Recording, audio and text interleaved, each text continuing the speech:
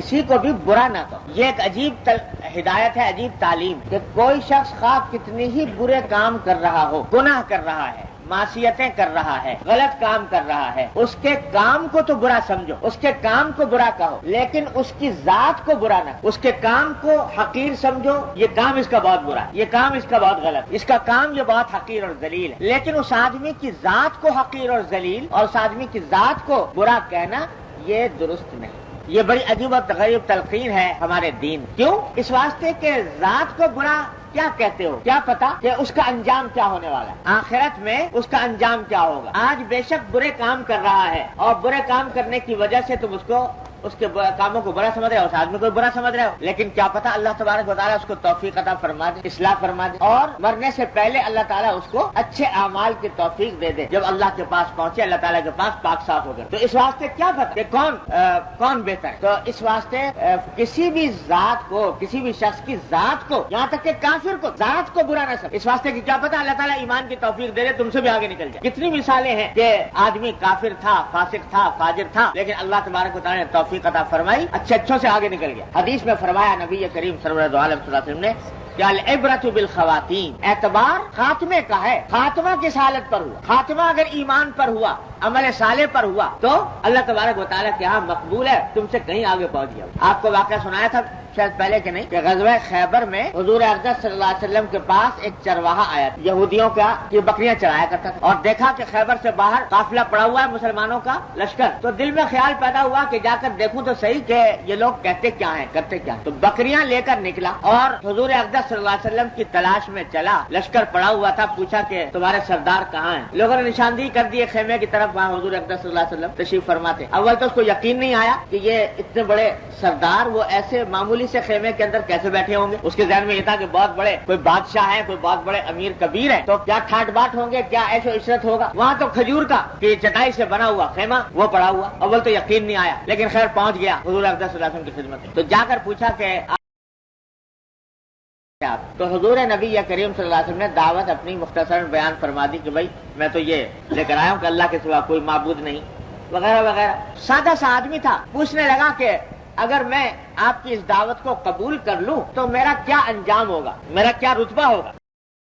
کہ تمہارا رتبہ یہ ہوگا کہ ہمارے برابر ہوگے, ہم تمہیں گلے سے لگائیں گے. تو وہ کہتا ہے کہ آپ مجھ سے مذاق کرتے ہیں, میں کہاں اور آپ کہاں, میں ایک ادنا چرواہا, آپ اتنے بڑے سردار, اور آپ کہتے ہیں کہ مجھے گلے سے لگائیں گے. میں تو جسم سیاہ فام ہے, بدن سے بدبو اٹھ رہی ہے, ایسی حالت میں آپ مجھے کیسے گلے سے لگائیں گے. حضور اقدس صلی اللہ علیہ وسلم نے فرمایا کہ نہیں, ہم تمہیں گلے سے لگائیں گے, اور تم کہتے ہو کہ سیاہ فام ہو, تو اللہ تبارک و تعالیٰ تمہارے جسم کی سیاہی کو تابانی سے بدل دے, اور تمہارے اس جسم سے اٹھنے والی بدبو کو اللہ تبارک و تعالیٰ خوشبوؤں سے تبدیل کر دے. اس اللہ کے بندے کے دل میں ایسی کچھ بات بیٹھی کہ اسی وقت اس نے کہہ دیا کہ اشہد ان لا الہ الا اللہ اشہد ان محمد رسول اللہ, مسلمان ہو.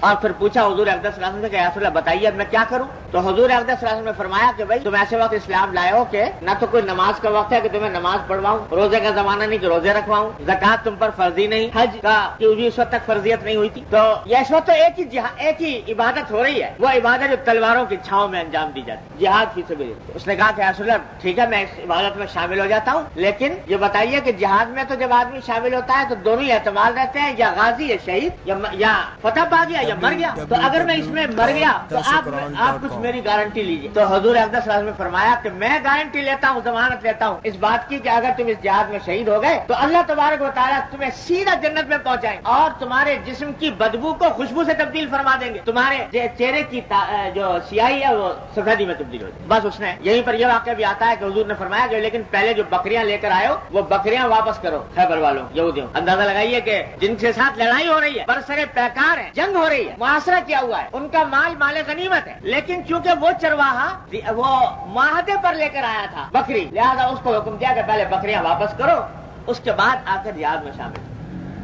بکریاں واپس کی, آ کے جہاد میں شامل ہوا. کئی دن تک جہاد جاری رہا ہے خیبر کا. تو روایات میں آتا ہے کہ حضور اقدس صلی اللہ علیہ وسلم جب جنگ ختم ہو گئی تو آپ جائزہ لے رہے تھے لشکر کا, تو دیکھا کہ ایک جگہ صحابہ کرام کا جمگھٹا لگا ہوا ہے. قریب پہنچے تو پوچھا بھائی کیا بات ہے. تو لوگ کہنے لگے کہ صاحب یہاں پر جو لوگ اس جنگ میں کام آئے ہیں ان میں ایک ایسا آدمی نظر آ رہا ہے جس کو ہم میں سے کوئی پہچانتا نہیں. تو حضور نے فرمایا مجھے دکھاؤ. تو دیکھا تو حضور نے فرمایا کہ تم اس کو نہیں پہچانتے مگر میں پہچانتا, اور یہ وہ چرواہا ہے, اور یہ عجیب و غریب اللہ کا بندہ ہے کہ جس نے اللہ کے راستے میں ایک سجدہ نہیں کیا، اور میں گواہی دیتا ہوں کہ سیدھا اللہ تعالیٰ نے اس کو جنت الفردوس میں پہنچایا، اور میری آنکھیں دیکھ رہی ہیں کہ اللہ تبارک و تعالیٰ اس کو غسل دے رہے ہیں، اللہ تعالیٰ کے فرشتے اس کو غسل دے رہے ہیں، اور اس کا کی سیاہی سفیدی میں تبدیل ہو گئی ہے، اس کے جسم کی بدبو خوشبو میں تبدیل ہو گئی، خوشبو میں مہک رہا ہے۔ اور یہ وہ اللہ کا بندہ ہے کہ ایک سجدہ اللہ کے راستے میں نہیں کیا، ایک پیسہ اللہ کے راستے میں خرچ نہیں، لیکن سیدھا جنت میں پہنچ۔ تو دیکھو اگر کچھ عرصے پہلے موت آ جاتی تو سیدھا جہنم میں جانا تھا، اور اب موت آئی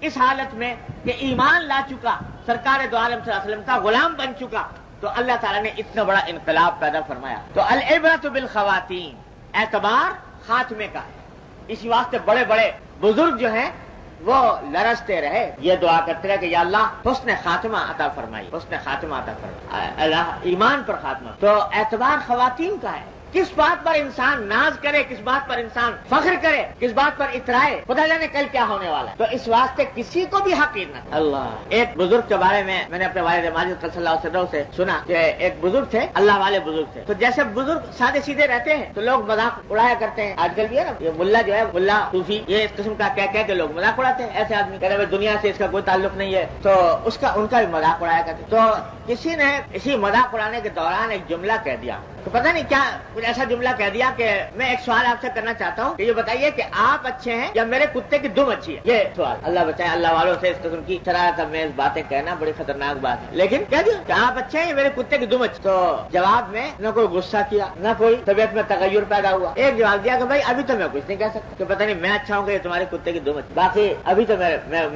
کچھ کہہ نہیں سکتا کہ کون اچھا ہے، اس واسطے کہ پتہ نہیں کس حالت میں خاتمہ ہوتا۔ اگر خاتمہ ہو گیا ایمان کے اوپر، عمل صالح کے اوپر، تو بے شک میں اچھا تمہارے کتے کی دم، اور اگر خدا نہ کرے خاتمہ خراب ہوا، یقین تمہارے کتے کی دم اچھی میرے مجھ سے، اس واسطے کہ وہ کم از کم جہنم میں نہیں جائے گی، اس کے اوپر کوئی تکلیف نہیں، اس کے اوپر کوئی عذاب نہیں، اور اگر میں برے حالت میں مر گیا تو پھر اللہ بچائے کتے کی دم ہی اچھی ہے مجھ سے۔ تو یہ اللہ کے بندوں کا معاملہ ہوتا ہے کہ وہ خاتمے پر نگاہ رکھتے ہیں، اس لیے فرمایا کہ کسی بھی بد سے بدتر انسان کی بھی ذات کو حقیر نہ جانو، بد سے بدتر انسان کی ذات کو برا نہ کہو، اعمال کو بے شک برا کہو، اس کا عمل خراب ہے، وہ شراب پیتا ہے، وہ کفر میں مبتلا ہے، وہ فسق و فجور کا مرتکب ہے، اعمال کو برا کہو لیکن ذات کو برا کہنے کا جواز نہیں، جب تک کہ معلوم نہ ہو کہ پتہ نہیں کیا ہونا۔